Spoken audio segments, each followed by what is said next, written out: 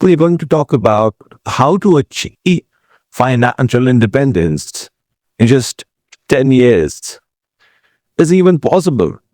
Well, let me talk about certain aspects of your life that will help you to achieve financial independence in the next 10 years. Let me first talk about people who are in their jobs. Well, let me tell you, job security is temporary, intensive. You need to focus on building assets. These assets will secure you from doing your job for your life. So you need to shift focus from relying on a job to building long-term assets for security. Now that's something which is easy to understand and can be applied as well. You need to recognize job security as just an illusion. Today, artificial intelligence, market conditions, layoffs, it is so unpredictable. You may have no job tomorrow. So how do you secure a good life in today's economy? You need to have a separate identity from your job. You need to accept that you're not defined by your employment, which reduces your anxiety and empowers you to focus on building assets. You need to have a monthly investment income plan, which is based on equity and is derived on long-term assets. You need to channel your earnings into investments that grow over time, such as stocks, real estate, or putting your money in equities. You need to aim for asset corpus with 1% daily growth, covering your monthly expenses.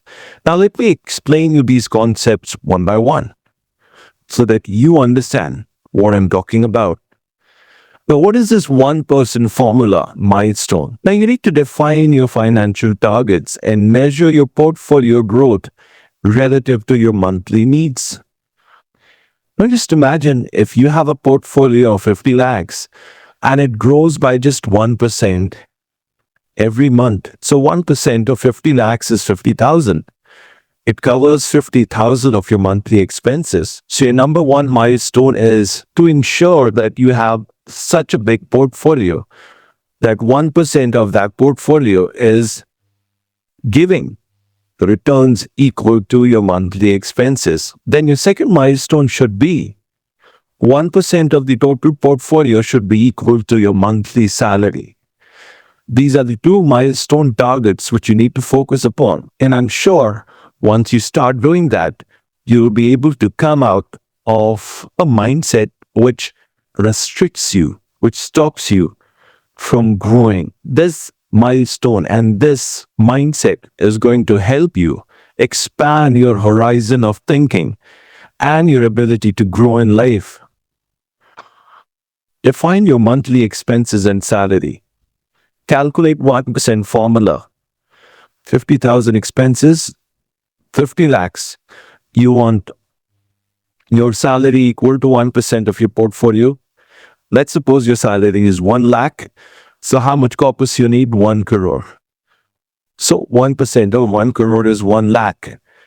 Now you're getting 1 lakh of salary just by having 1 crore of target corpus. So you need to work backwards, SIP, until you reach that systematic investment plan. Invest monthly until you reach your milestone 1 and then milestone 2. Now, the next important concept is to start early. As we all know, power of compounding is the world's biggest power. It is the 8th wonder of the world. If we just look at the beauty of law of compounding, it is amazing. 30,000 rupees if you're investing for 30 years at a CAGR of 13%, that is returns, you'll be around getting a good amount of money for your retirement. So at 15% of CAGR, it comes to 20 lakh rupees, which is 12 months of your expenses. So this is how your money grows with power compounding. Invest at least 1 month of your expense per year towards your long-term corpus. Let it compound and keep it untouched for 25 to 30 years. Use SIP to be consistent. You don't need to think about investment every day. Just automate it and let it work for you.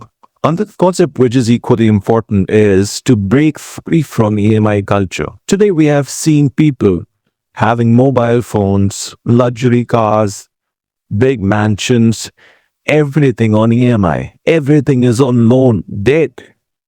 Now this reduces your investing capacity and it delays freedom for you. So keep the simple formula. Avoid buying liabilities. A house, a car, a phone, costly phone is a liability, especially in the early years when once you are a youngster. You need to stay beyond your means once you start in your career.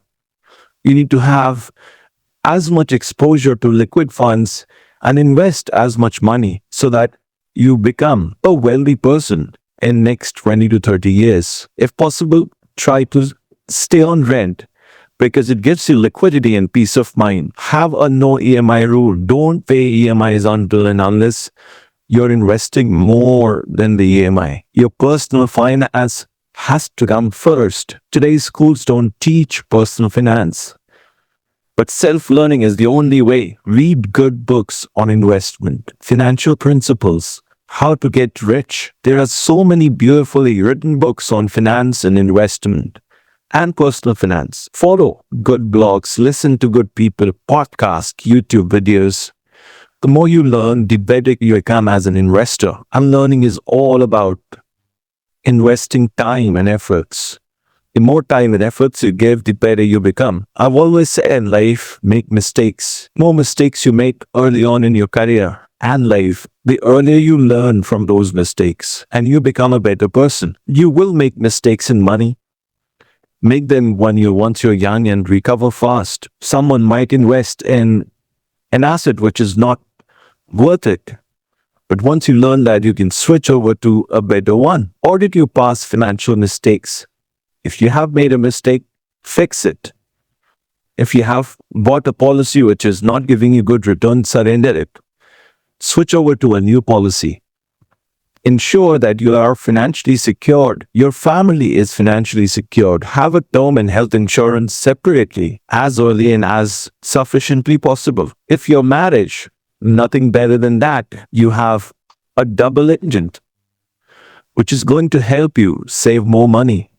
And you along with your partner can invest and can compound it together. Just imagine how much money you can make. You can have joint goals and corpus targets as well. You need to track investment together through common apps. Divide responsibility. One can take care of the expenses and one can take care of the investments. That entirely depends upon you. Always choose mutual funds over stocks, especially for the people who are not aware of the stock market. Unless investing is your job, don't play direct stock game. Build equity corpus through mutual funds. There are different types of mutual funds. Active, passive, mid, small. The less you know about your investment, especially if you are a novice or new, the better it is. And mutual fund is one of the ways in which you can get a good return without even having good knowledge about the market. So avoid frequent fund switching. Use mutual funds as an assets for you to invest your money. Always remember that you may have a fire goal, but you also need water. Fire is financial independence, retire early. But water is what after early retirement. You need to have a plan as well. What will you do if you retire early? Is your goal only to just retire and sit and just do nothing? I'm sure that's not what you're aiming for. Find a passion project, a part-time work, something which you really love to do.